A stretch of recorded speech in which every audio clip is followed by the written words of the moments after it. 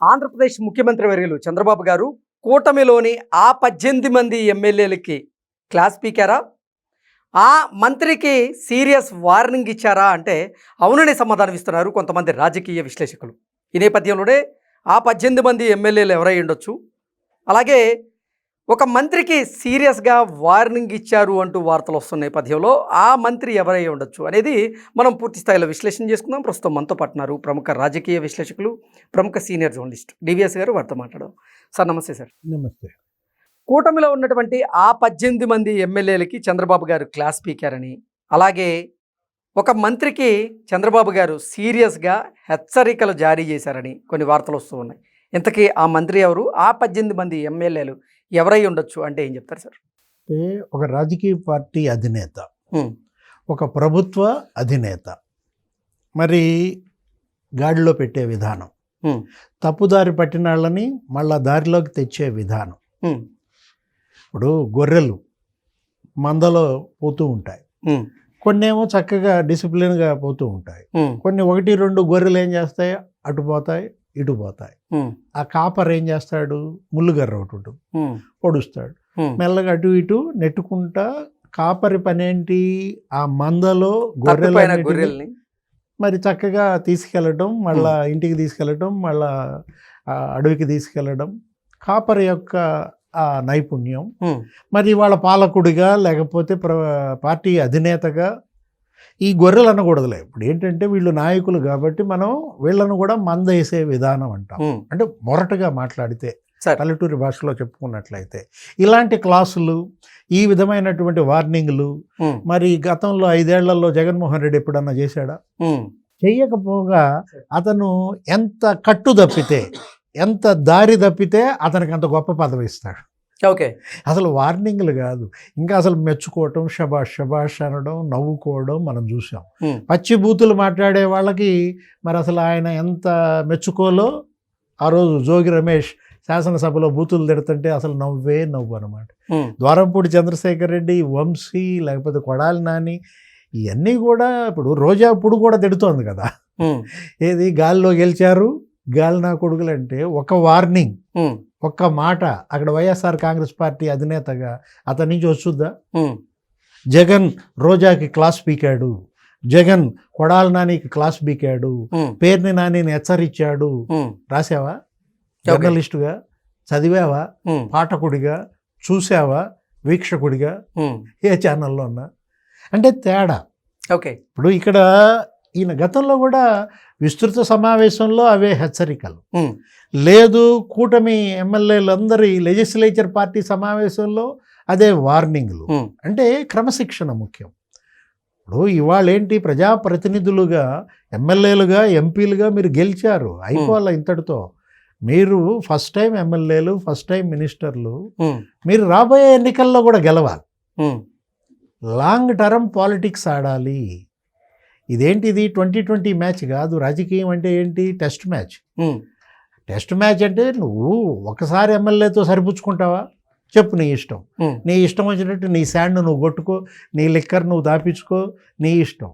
కాదు, నేను మళ్ళా గెలవాలి, ఉమ్, 3 సార్లు గెలవాలి, 4 సార్లు గెలవాలి, యనమల రామకృష్ణులాగా 6 సార్లు గెలవాలి, కోడెల్లాగా, లేదు గోరంట్లలాగా, బుచ్చేలాగా 7 సార్లు గెలవాలి, అసలు చంద్రబాబులాగా 9 సార్లు గెలవాలి.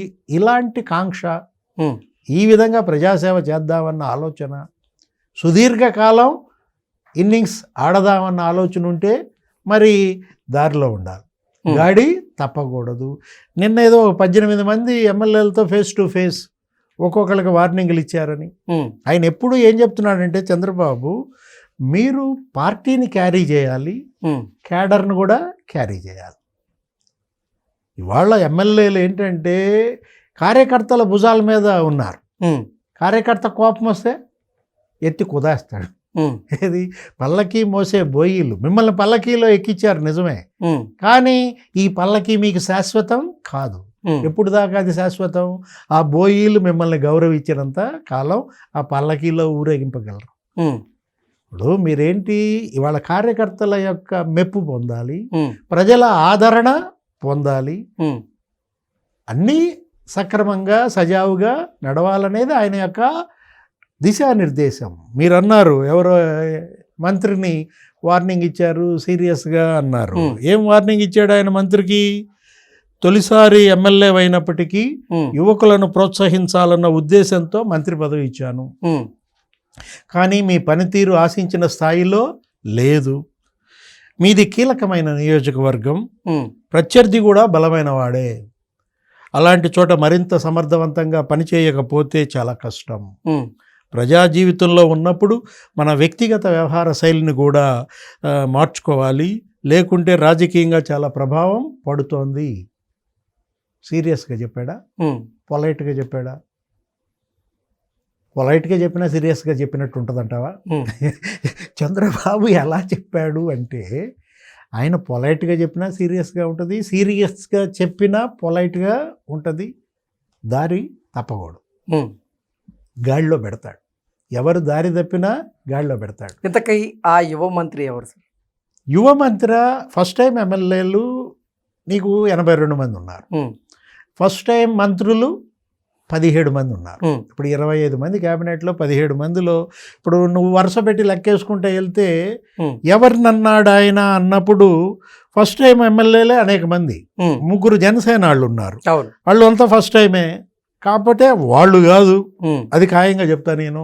ఓకే, పవన్ కళ్యాణ్ కాదు, మరి నాదెళ్ల మనోహర్ కాదు, దుర్గేష్ కాదు. ఇక వాళ్ళని తీసే BJP Satyakumar first time MLA, ఆయన కూడా కాదు. అంటే ప్రత్యర్థి బలమైనాడు అన్నాడు. ఇక్కడ ఫస్ట్ టైం మంత్రుల్లో మరి ప్రత్యర్థి బలంగా ఉన్నది ఎవరు? నారా లోకేష్. ప్రత్యర్థి బాగా వీక్గా ఉన్నాడు. అయినా లోకేష్ పనితీరు, ఆయనకు వచ్చిన మార్కులు మనం చూసాం. అందరికి బాగానే మార్కులు వచ్చినాయి కదా. అవును. కింజరాపు అచ్చెన్నాయుడు, ఆయన అసలు ఫస్ట్ టైం మినిస్టరే కాదు. లేకపోతే కొల్లు రవీంద్ర, గతంలో కూడా మంత్రి. నెక్స్ట్ పొంగూరు నారాయణ, సీనియర్, ఇంతకుముందు చేశాడు కదా మినిస్టర్గా.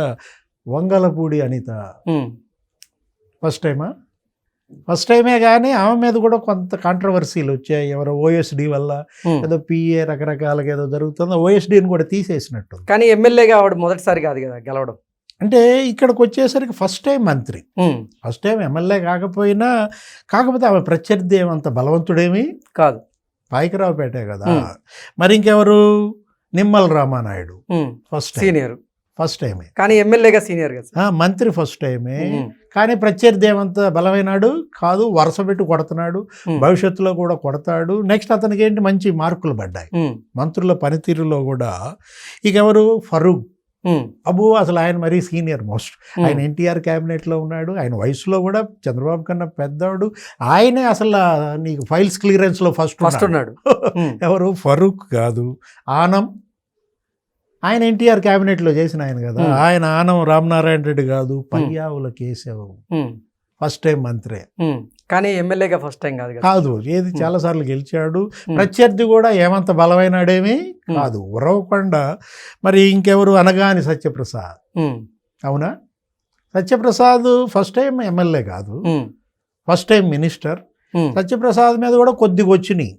కొంచెం ఏది మీడియాలో కథనాలు మనం రకరకాలుగా వింటున్నాం. ఆయనో కాదు, కానీ మరి ఆయన నియోజకవర్గంలో ఎవరో ఒక మంత్రి బాగా పేకాట ఆడిస్తున్నాడు. ఆ ఊరు అసలు తెలంగాణ నుంచి కూడా పేకాటకు వస్తున్నారు. రకరకాలుగా జరిగింది ఆయన మీద. మరి కొన్ని రెవెన్యూ విషయాల్లో కూడా కొంత ఇబ్బందికరమైన పనితీరు మీద కూడా. కానీ ప్రత్యర్థి ఏమంత బలమైనాడు కాదు. అసలు ప్రత్యర్థి ఎవరో తెలియదు కూడా. ఆ మోపిదేవి రామణరావు కూడా ఇవాళ తెలుగుదేశంలోకి చేరాడు, కాబట్టి ఆయన కాదు. కొలుసు పార్థసారథి కాదు. ఆయన ఏంటి? సీనియర్ మోస్ట్ కదా. ఆయన అసలు అప్పుడే మంత్రిగా చేశాడు కదా. స్వామి బాలవీరాంజనేయ స్వామి సీనియర్ ఎమ్మెల్యే, దళిత శాసనసభ్యుడు. ఇలాంటి వివాదాలకి దూరంగా ఉంటాడు, అతను కాదు. గొట్టిపాటి రవికుమార్కి అసలు అక్కడ ఎదురేముంది నీకు? ఆ నియోజకవర్గంలో అక్కడ అంత ప్రత్యర్థి సీన్ కూడా లేదు.